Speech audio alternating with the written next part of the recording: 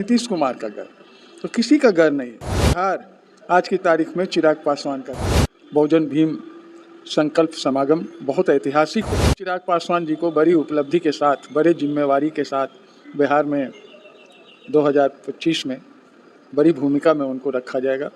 ये सारी तैयारी। चिराग पासवान जी शेड्यूल कास्ट से आती हैं, उनके साथ कोई भी अभद्र व्यवहार करना गैर मुनासिब चीज़ है, असंवैधानिक है, कानून के खिलाफ है और विधि सम्मत। रामविलास पासवान जी ने और हम लोगों ने दलित सेना बनाया था इसीलिए कि जुल्म के खिलाफ जिहाद छेड़ें। नमस्कार, मैं राजकुमार, आप देख रहे हैं दस्तक बिहार। लोजपा कार्यालय मौजूद हैं और लोजपा रामविलास के राष्ट्रीय महासचिव सत्यानंद शर्मा जी हैं। पहले स्वागत करते हैं। आपका भी स्वागत करते हैं। 29 तारीख को नीतीश कुमार के घर में, मुख्यमंत्री नीतीश कुमार के घर में बड़ा समागम करने जा रहे हैं, क्या कुछ तैयारियां हैं? देखिए, घर और किसी का नहीं है। नालंदा जिला है और वहाँ से 2014 में घर तो चिराग पासवान जी ने तोड़ दिया था। हम वहाँ उम्मीदवार थे लोकसभा में और भारी वोट आया, बहुत बेईमानी करके वो सीट हराया गया। इसलिए घर और किसी का नहीं है। घर तो सारा बिहार चिराग पासवान का आज की तारीख में। सुर बदल रहे हैं क्या? बात नहीं, क्या सुर नहीं बदल रहे हैं, हम वास्तविकता कह रहे हैं। आपने कहा नीतीश कुमार का घर, तो किसी का घर नहीं है। पूरा बिहार आज की तारीख में चिराग पासवान का घर है। समागम में क्या कुछ तैयारियां हो गई है, क्या कुछ होगा समागम में? देखिए, समागम में बहुत बड़ी तैयारी है और ऐतिहासिक ये बहुजन भीम संकल्प समागम बहुत ऐतिहासिक होगा। इसमें हमारे नेता अरुण भारती जी भी अभी वहीं लगे हुए हैं, सारे साथी लगे हुए हैं और ये बड़ा कार्यक्रम होगा। और उस कार्यक्रम का एक ही मकसद है कि पूरे बिहार भर में जो चिराग पासवान जी के प्रति रुझान है, जो 92% लोगों की चाहत बने हुए हैं चिराग पासवान जी, वो चीज़ बरकरार रहे और चिराग पासवान जी को बड़ी उपलब्धि के साथ, बड़े जिम्मेवारी के साथ बिहार में 2025 में बड़ी भूमिका में उनको रखा जाएगा। ये सारी तैयारी चल रही है। लग रहा है आपकी बातों से कि एकदम मुख्यमंत्री बनाने की तैयारियां चल रही हैं। देखिए, ऐसी कोई बात नहीं है। चिराग पासवान जी ने भी कहा है, हम लोग भी कह रहे हैं कि चुनाव नीतीश कुमार के नेतृत्व में लड़े। लेकिन जब जो वर्तमान में हालात देखा जा रहा है कि नीतीश कुमार जी का, सब लोग विपक्ष हमेशा आरोप लगा रहा है कि वो अचेत हैं, स्वस्थ नहीं है, तो उन सबको देखते हुए क्या लगता है कि चिराग पासवान जी को ही प्रोजेक्ट किया जाएगा? देखिए, विपक्ष का काम है आरोप लगाना, फिर आरोप नहीं लगाए तो विपक्ष किस बात का? विपक्ष का काम है, हम लोग ऐसी कोई बात नहीं करें। हम आते हैं बिहार की राजनीति पे। पिछले कुछ दिनों से ब्रह्मेश्वर मुखिया को लेकर काफ़ी विवाद बना हुआ है। उनके मरने के बाद भी उनको लोग गालियां दे रहे हैं, क्या कहेंगे? अभी आपने देखा कि आरजेडी के नेत्री सारिका पासवान मुर्दाबाद का नारा लगा दी। देखिए, बहुत चीज़ जो नहीं होना चाहिए वो भी हो रहा है। सारिका पासवान जी के साथ जो हुआ है वो सचमुच में विभत्स और अशोभनीय घटना है। उस घटना का कोई सजग पुरुष, कोई सजग आदमी उस घटना का समर्थन नहीं कर सकता। क्या ब्रह्मेश्वर मुखिया को मुर्दाबाद के नारे लगाना ये सही था?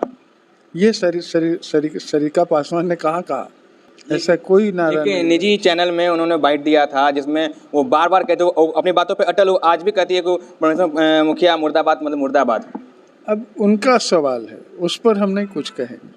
हम सिर्फ इतना कह रहे हैं कि सारिका पासवान जी शेड्यूल कास्ट से आती हैं, उनके साथ कोई भी अभद्र व्यवहार करना गैर मुनासिब चीज़ है, असंवैधानिक है, कानून के खिलाफ है और विधि सम्मत भी नहीं। ब्रह्मेश्वर मुखिया को लेकर आपकी क्या राय है? नहीं, बेचारे हैं नहीं तो अब राय क्या देना। जिस तरह से विवाद बन गया है, लोग उनका नाम लेके विवाद पैदा कर रहे हैं। नहीं, अब तो ब्रह्मेश्वर बाबू हैं नहीं तो क्या कहना, कुछ नहीं कहना। तो आशुतोष जी के बारे में क्या कहेंगे? वो लालू यादव मुर्दाबाद का नारा लगा रहे हैं, ब्रह्मेश्वर मुखिया को जो सारिका पासवान नारा लगाई थी। हम उस बारे में भी नहीं कहेंगे, उतने छोटे लोगों की बातों का हम। एक सवाल आया है कि उत्तर प्रदेश से एटा एक जगह है जहाँ दलित में बच्ची का बारात को रोका गया ठाकुरों के दम पे, या ठाकुरों ने रोका। ये पहली बार देश में नहीं हुआ है, पहली बार नहीं हुआ है। इसीलिए बहुजन भीम संकल्प समागम का आयोजन किया जा रहा है। ये पहली बार नहीं हुआ है। इसके पहले राजस्थान में भी घोड़ा पर चढ़ करके शादी करने जा रहा था तो दूल्हा की हत्या कर दी गई थी।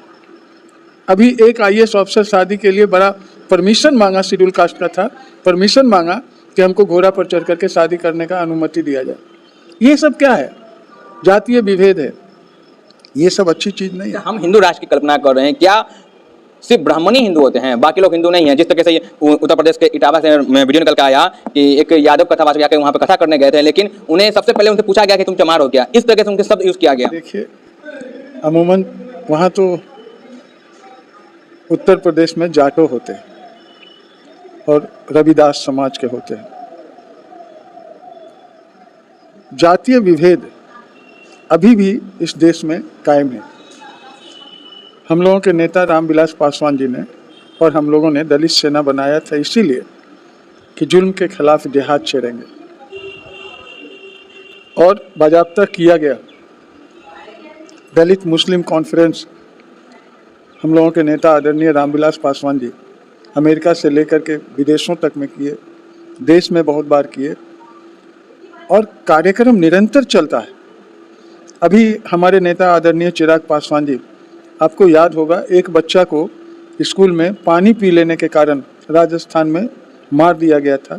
वहाँ गए और वहाँ की पूरी स्थिति जानने के बाद उन्होंने जो बात कहा, वो बात आज भी देश में वही हालात है जो उन्होंने कहा। इसलिए जो सामाजिक गैर बराबरी है, इसके विरुद्ध जिहाद छेड़ने की ज़रूरत है। और सचमुच में कहिए तो हिंदू राष्ट्र की कल्पना तब तक नहीं हो सकती है, या हिंदू समाज की, जब तक ये भेदभाव खत्म नहीं होगा, जातीय विद्वेष खत्म नहीं होगा। तो क्या ये जो समागम होने जा रहा है, ये मैसेज पूरे देश भर में देगा? पूरे देश को देगा, देश को देगा, विदेश को देगा ये समागम। तो देखिए, हमारे साथ लोजपा रामविलास के राष्ट्रीय महासचिव सत्येंद्र शर्मा जी ने उन्होंने बताया कि जो बहुजन समागम राजगीर में होने जा रहा है क्यों जरूरी है। बहरहाल आपको खबर अच्छा लगा तो लाइक कमेंट जरूर दीजिएगा। आप देख रहे हैं दस्तक बिहार। धन्यवाद।